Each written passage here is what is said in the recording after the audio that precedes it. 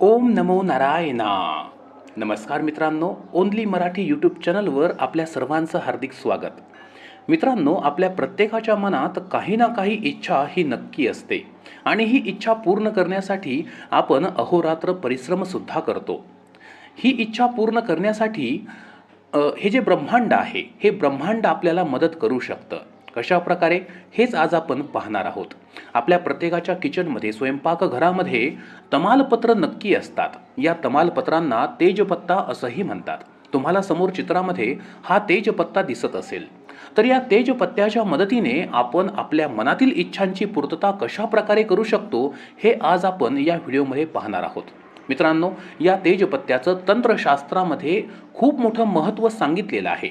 हा तेजपत्ता मनुष्याच्या मनातील इच्छांची पूर्तता करू शकतो. यासाठी आपण एक तेजपत्ता घ्यावा, असा तेजपत्ता की जो कुठेही फाटलेला नाही किंवा त्याला कीड लागलेली नाही. आणि अशा या तेजपत्त्यावर लाल रंगाच्या पेनाने, आता आपण या ठिकाणी लाल रंगाचा स्केच पेनसुद्धा घेऊ शकता. तर अशा लाल रंगाच्या पेनाने या तेजपत्त्यावर आपण आपली इच्छा अगदी स्पष्टपणे लिहायची आहे. जसं की जर माझ्या जीवनात गरिबी आहे, तर मला ही गरिबी जाण्यासाठी पैशांची गरज आहे, मला पैसा आवश्यक आहे, तर मी या तेजपत्त्यावर फक्त धन किंवा पैसा असा एकच शब्द लिहायचा आहे, अगदी स्पष्टपणे, ठळकपणे. जर तुमचं आरोग्य चांगलं नाही, तुम्ही आजारी पडलेला आहात, तर हे आजारपण दूर करण्यासाठी फक्त आरोग्य इतकं जरी लिहिलं तरीही ते पुरेसं आहे. तुमच्या जीवनामध्ये जर सुख नसेल, पैसा तर आहे परंतु सुख मिळत नाही, तर फक्त सुख इतका एकच शब्द या ठिकाणी पुरेसा आहे. थोडक्यात सांगण्याचा उद्देश असा की तुमची जी इच्छा आहे, मनोकामना आहे, ती फक्त तुम्ही एका शब्दामध्ये त्या ठिकाणी व्यक्त करायची आहे. तुम्हाला पतीचं प्रेम मिळत नाही, फक्त प्रेम हा शब्द लिहा.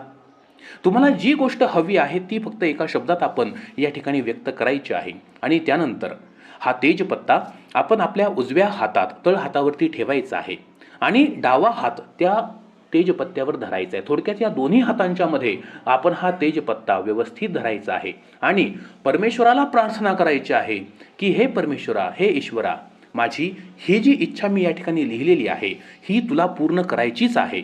तू ही माझी इच्छा पूर्ण करणारच आहेस. अशा प्रकारे आपण त्या ईश्वराकडे मागायचं आहे. आणि त्यानंतर एक दिवा आपल्यासमोर आपण प्रज्वलित करायचा आहे, एक दिवा पेटवायचा आहे आणि या दिव्यावरती हा तेजपत्ता धरायचा आहे. थोडक्यात हा तेजपत्ता आपण जाळायचा आहे. लक्षात घ्या, हा तेजपत्ता जळताना त्याची जी राख होईल, ही राख एका वाटीमध्ये किंवा एखाद्या डिशमध्ये, प्लेटमध्ये आपण गोळा करायची आहे.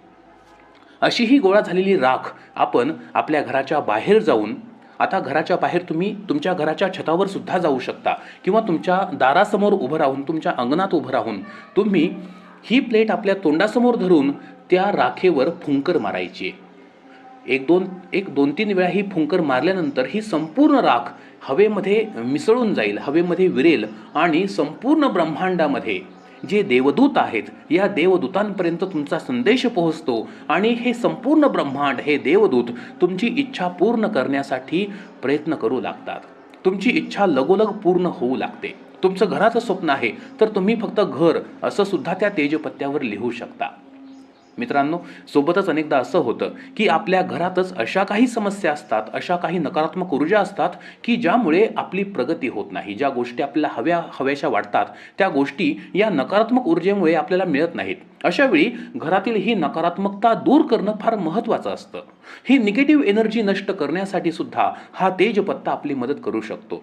यासाठी जो पहिला मी उपाय सांगितला तो लक्षात घ्या. तो उपाय आपण कोणत्याही दिवशी सायंकाळी करायचा आहे. जेव्हा सूर्य मावळू लागेल किंवा मावळेल त्याचवेळी हा पहिला उपाय करायचा आहे. जो दुसरा उपाय मी सांगतोय की घरातली निगेटिव्ह एनर्जी नष्ट करण्याचा, तो सुद्धा सायंकाळच्या वेळी सूर्य मावळतानाच आपण करायचा आहे. सूर्य मावळल्यानंतर सुद्धा करू शकता. यासाठी आपण फक्त 3 तेजपत्ते घ्यायचे आहेत आणि त्यावरती कापराच्या काही वड्या ठेवून हे तेजपत्ते जाळायचे आहेत. होय, हे तेजपत्ते जाळायचे आहेत आणि त्यातून जो धूर बाहेर पडेल, हा धूर आपल्या संपूर्ण घरामध्ये आपण फिरवायचा आहे. अगदी टॉयलेट असू देत, बाथरूम असू देत, प्रत्येक ठिकाणी. विशेष करून घरात ज्या कानाकोपऱ्यामध्ये अंधार पडतो, जिथे तुमचा वावर फार कमी असतो, अशा ठिकाणी तर हा धूर घेऊन जायचाच आहे. मित्रांनो, ही पाने जाळल्यानंतर त्यातून जो एक सुगंध बाहेर पडतो, त्यामुळे तुमचं मन प्रफुल्लित बनेल. या तेजपत्त्यात इतकी पॉवर आहे, ताकद आहे की तुमच्या घरातील निगेटिव्ह एनर्जी तो दूर करतो. हा उपाय आपण आठवड्यातून एकदा अवश्य करायला हवा. मित्रांनो, सोबतच जर तुमचं आणि तुमच्या पत्नीचं जुळत नसेल, पती पत्नीमध्ये सतत वादविवाद होतात, तुमचा पती तुमच्यावर प्रेम करत नाही, तुमच्यातील प्रेम अटत चाललंय, तर अशा वेळी आपल्या जोडीदाराचं नाव आपण या तेजपत्त्यावर लिहावं आणि हा तेजपत्ता रात्री झोपताना आपल्या उशाखाली ठेवून आपण झोपी जावं.